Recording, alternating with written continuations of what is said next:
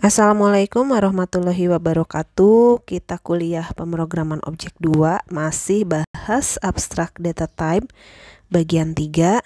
Kita akan bahas linked list dan source code-nya yang memang kita buat sendiri ya, tidak menggunakan collection. Baik, kita sudah bahas yang sebelumnya, representasi sekuensial. Nah, berikutnya adalah representasi link ya, atau kita buat linked list di sini ya. Di sini strukturnya dinamis, jadi kalau linked list itu ukurannya bisa bertumbuh dan menyusut sesuai dengan kebutuhan, tidak seperti array. Kalau array kan sudah fix ya nilainya, kalau linked list dinamis.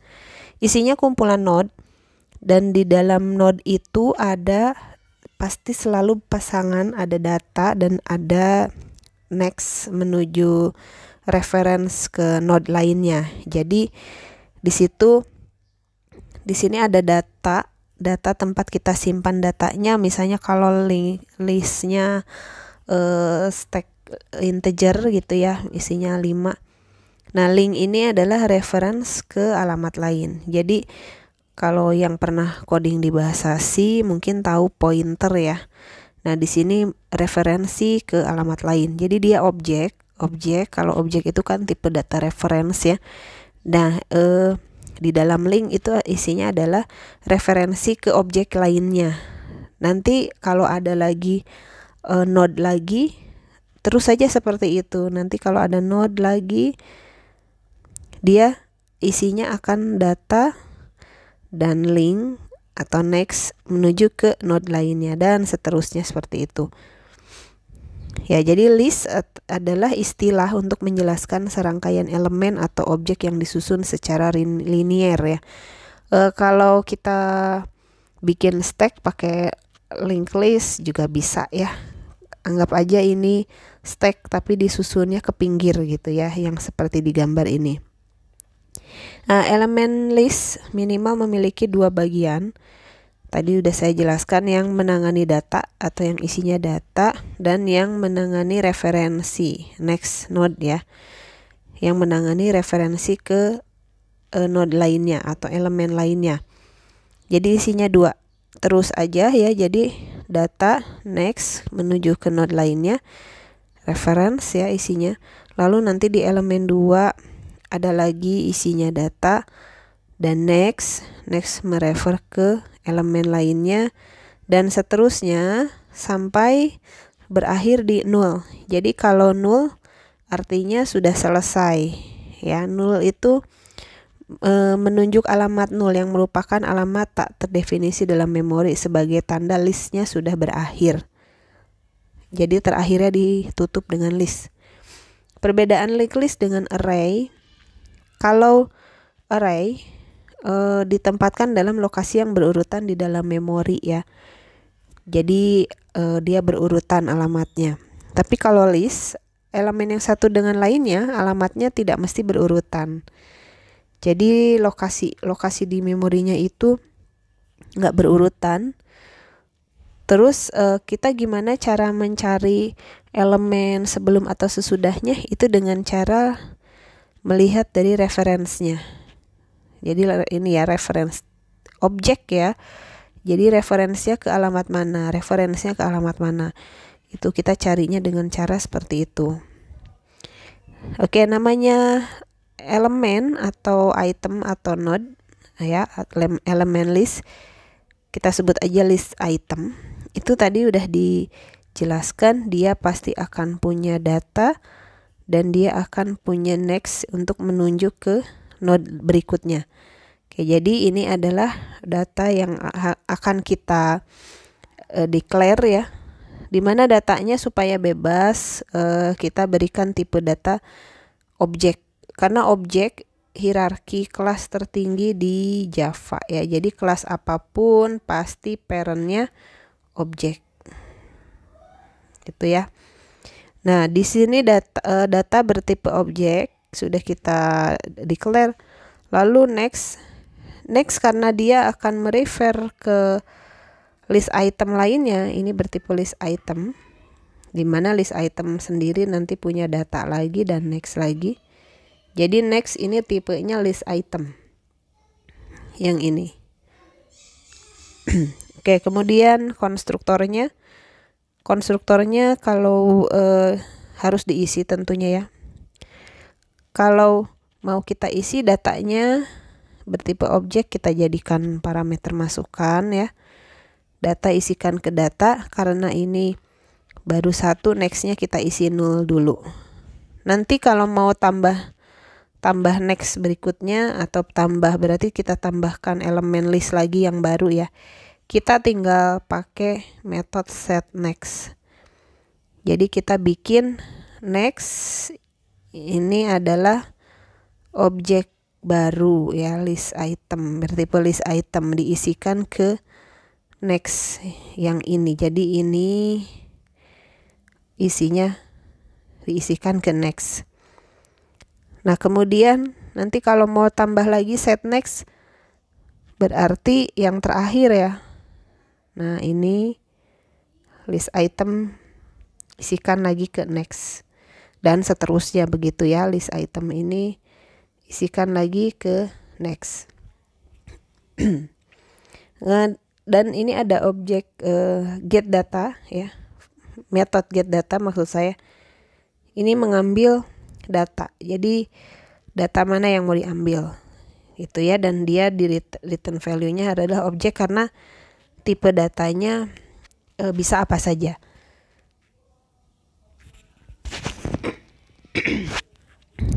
Nah, kemudian tadi kan baru satu elemen ya, baru satu elemen saja ya, baru list item saja.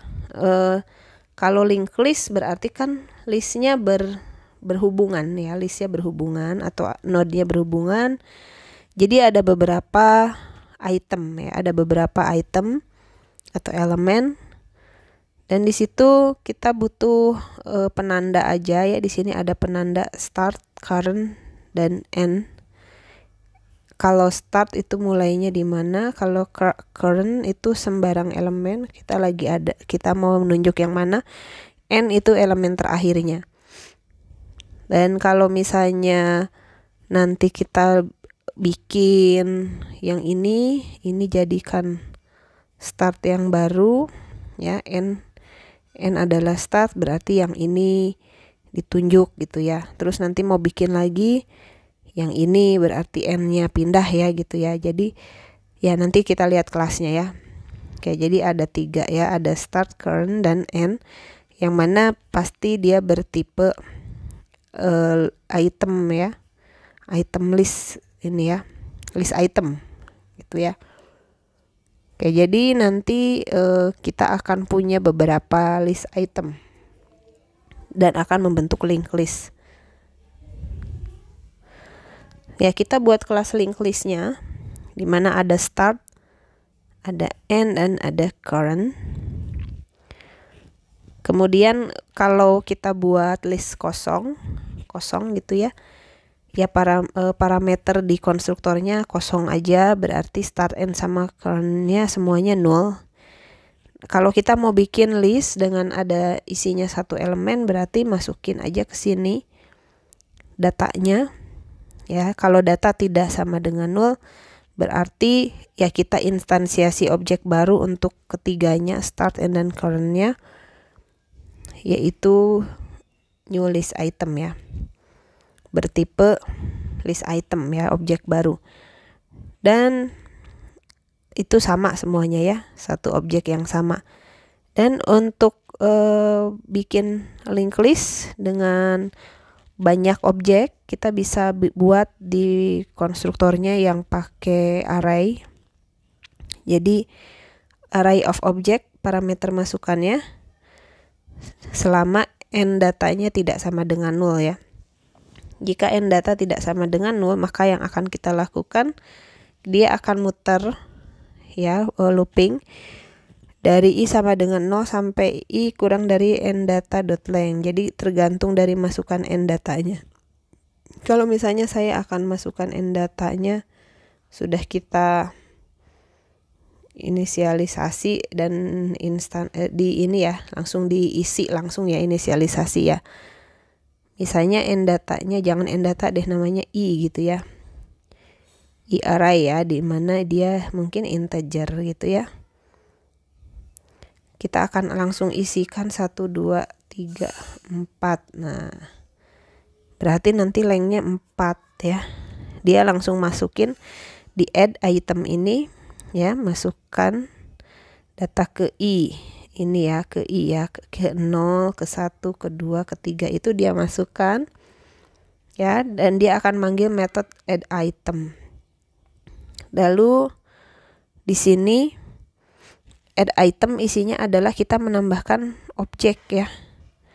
Menambahkan objek, kita bikin dulu variabel new n untuk nanti sebagai ini aja sih, penanda new n yang baru gitu ya. New n-nya diisikan ke n. Jadi n yang baru itu nanti pindah gitu ya. N yang lama diisi sama n yang baru. Karena udah nambah kan tadi ya, gini ya. Kalau ini tadinya n, terus mau kita tambahin lagi, ya kita kasih tahu dulu ini adalah new n. Nanti n-nya ini kita suruh pindah ke sini, berarti n sama dengan new n, nanti seperti itulah. Oke, kalau kita cek dulu ya, apakah startnya sama dengan 0. Periksa dulu listnya kosong, karena kalau baru awal itu mungkin kosong ya. Iya, jika iya maka start n dan start sama dengan n sama dengan new n. Semuanya disamakan ya, karena itu listnya mungkin pasti masih kosong ya. Nah, kalau tidak kosong, berarti udah ada n yang barusan gitu ya, n yang tadi ya. Kalau belum, kalau masih kosong berarti start n sama dengan new n. Nah, kemudian terjadilah ini ya, kalau misalnya ini masih kosong ya, start n sama dengan new n. New n-nya itu sudah berupa objek dengan isi data ya. Datanya tadi kalau misalnya kita ambil 1, ya berarti new n-nya itu isinya adalah 1 gitu ya. Terus kita keluar. Nah, karena di sini di looping berarti dia akan ngisi terus ya. Akan ngisi, tapi berikutnya udah ada isinya gitu ya, udah ada isinya, berarti yang ininya akan false ya. Kita ke else-nya apa? Kan kita sudah instansiasi ya new n yang berikutnya ya. Nah, di else kita lihat n-nya yang ini tadi kan udah pindah ya. Di set next, nah kita set next pakai metode yang ada di sini ya. Set next ini. Di set next, kalau set next berarti di situ dia bikin ini baru ya, bikin objek baru. Tapi di sini objeknya itu adalah new n ya. New n yang nilainya berikutnya 2 ya. 2. Jadi n-nya itu di set next-nya yang di set ya. Itu isinya adalah objek bertipe list item dengan datanya 2. Lalu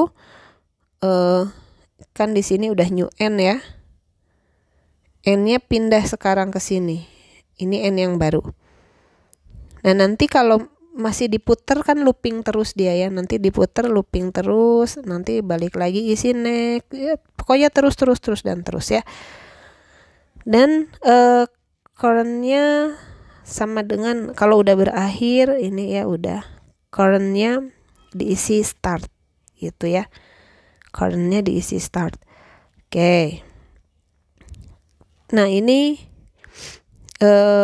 metode untuk add item ya. Sekarang untuk akses data di start, kita bisa get start. Terus untuk mengakses data di n, kita bisa get n. Metode get n pakai setter and getter gitu ya. Oke, jadi semuanya bisa pakai get data ya. Start get data, end get data. Dari mana? Karena ini metode milik Tuh ya, metode milik list item. Karena start dan end bertipe list item, jadi mereka bisa akses set next dan get data. Nah, sekarang yang di get data siapa ya? Kalau get datanya yang start, ya dia akan pakai start.getData. Kalau yang diambilnya di end, berarti dia get end. Yang pakai get datanya yaitu adalah objek end.getData. Nah, itu kelas yang maaf, yang bisa Anda gunakan. Nanti silakan buat aja kelas method main-nya ya. Nah, ini ada dua kelas ya, kelas list item sendiri dan juga kelas yang sudah berupa linked list. Tinggal digunakan di kelas lain ya. Saya tidak contohkan ya. Oke, nah ini juga saya akan mencontohkan non-empty linked list dengan 3 node. Kita bikin kelas node. Ya, node itu isinya kan tadi ya data dan next node. Next node nanti isinya bertipe node lagi ya. Bertipe node gitu ya. Ini juga tipenya node. Nanti next node. Ini next isinya adalah node, yang isinya di dalam node itu adalah data, dan next node ya. Next node bertipe node. Terus aja gitu ya. Dan seterusnya. Oke, nah kebetulan ini datanya bertipe integer ya. Jadi ini kelas node untuk node bertipe integer. Kalau pengen tipe string, pengen tipenya macem-macem semuanya bisa, gimana? Sebetulnya nanti enaknya pakai class collection, pakai generic ya. Tapi tidak saya bahas dulu sekarang ya.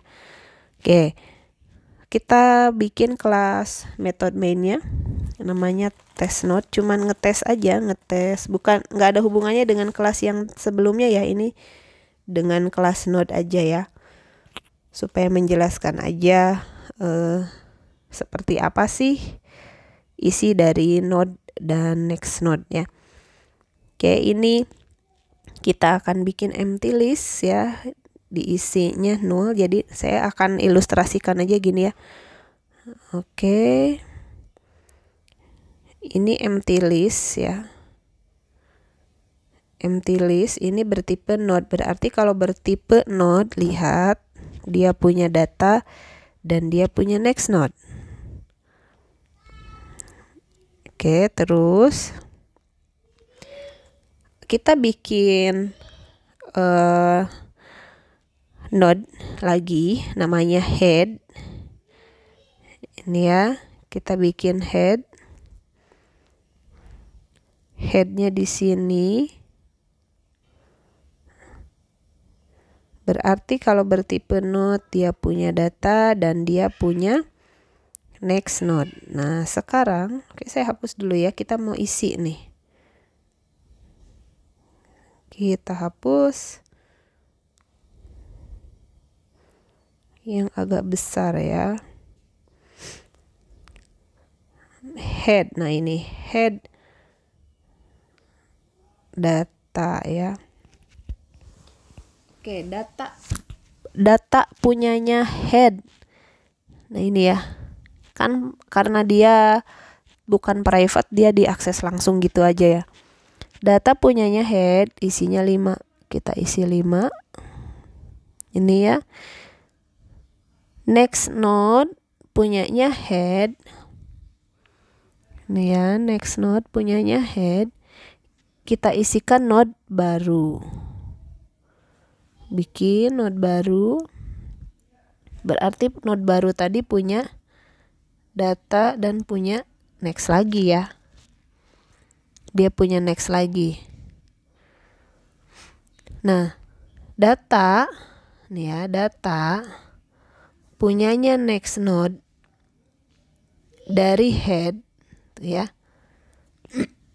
Kita isi 10. Nah, sekarang kalau sudah mau berakhir, berarti cara mengakses next ini gimana? Next punyanya next punyanya head gitu ya. Next node punyanya head, itu kita isi 0. Kalau masih mau diisi berarti kita bisa isikan lagi. Gimana cara aksesnya? Nah, kalau mau bikin lagi node baru, oke, nanti ini jadi mission of the day Anda ya.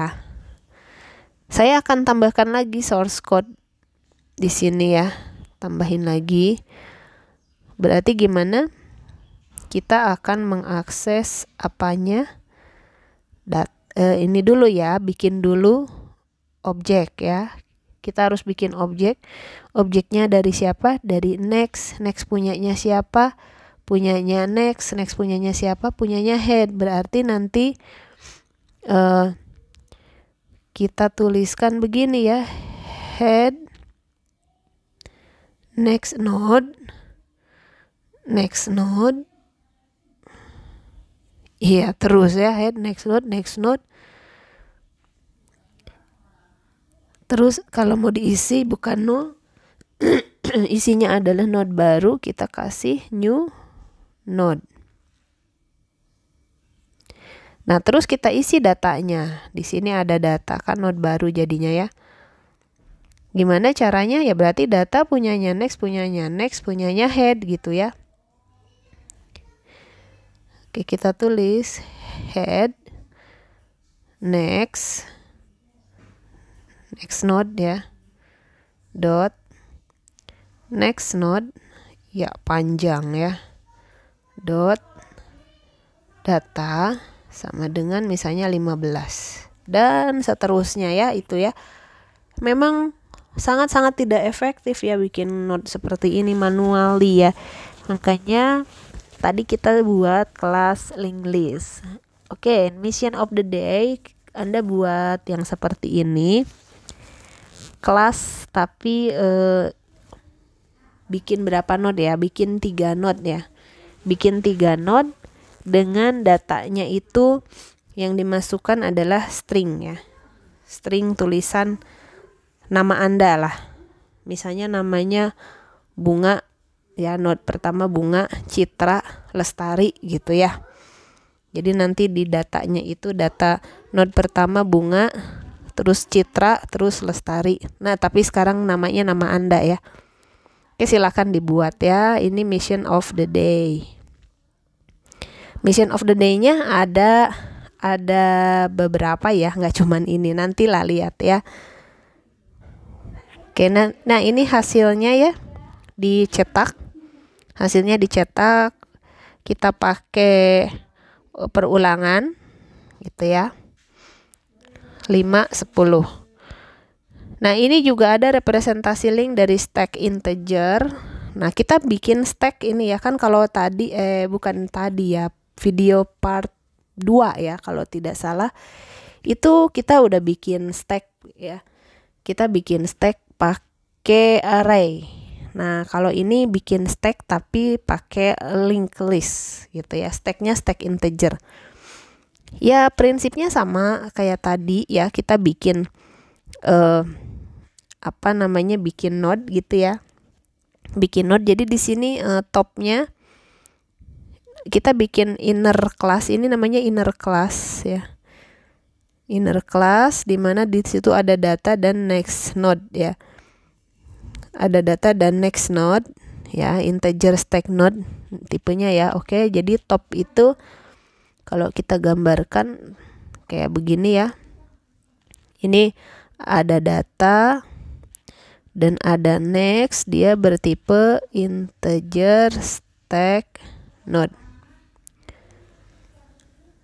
Terus kita masukkan langsung data n-nya. Kalau nanti bikin si topnya ini di instansiasi atau objek bertipe integer stack node-nya di instansiasi ya, nanti n-nya masukin berapa ya, misalnya datanya mau 5, 10 atau berapa. Jadi ini lebih efektif daripada yang barusan, daripada yang ini ya. Kalau ini kan benar-benar ngeakses variabelnya manually ya. Nah, ini versi kerennya gitu ya. Biasa pushnya untuk masukkan nilai baru, pop untuk mengeluarkan nilai baru, gitu ya. Nah, terus di sini kita push ya berarti masukkan berapa push nilai integernya. Terus berarti kalau kita push akan terjadi pembuatan node integer stack node yang baru ya, dimana node ini nextnya adalah top. Jadi si topnya ganti, yang tadinya topnya di sini. Kalau tadi istilahnya n ya, begitu kita tambahin stack, topnya pindah ke sini. Ini anggap aja stack tapi di ini kan ke pinggir ya, ditatanya ke pinggir gitu ya. Nah ini topnya nanti pindah ke sini. Terus top isinya adalah node, itu ya, dan seterusnya. Tambah lagi topnya terus pindah. Nah begitu kita mau pop berarti kan topnya nanti turun ya, nilai integernya atau datanya itu dikeluarkan gitu ya, di return. Nah di sini ya. Terus topnya nanti turun ya, kita kan ambil top ya. Kalau misalnya topnya ada di sini, ini data punyanya si top, itu kita return. Terus topnya turun jadi ke sini ya, top next.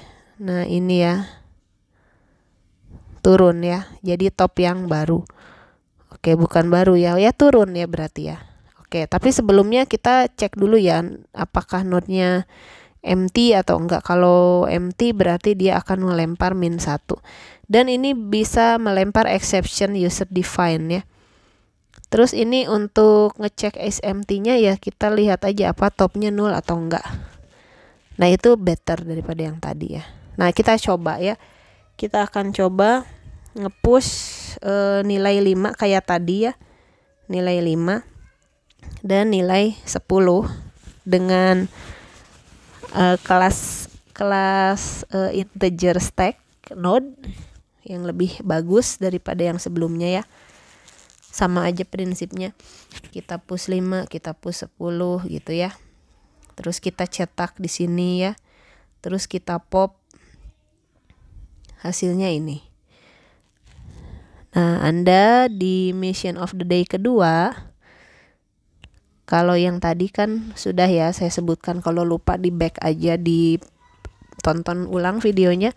Mission of the day yang nomor 2, Anda buat sama seperti ini, tapi bukan integer ya, bukan dynamic integer stack, tapi coba yang lainnya ya, tipe data lainnya lah, apa saja terserah, begitu ya.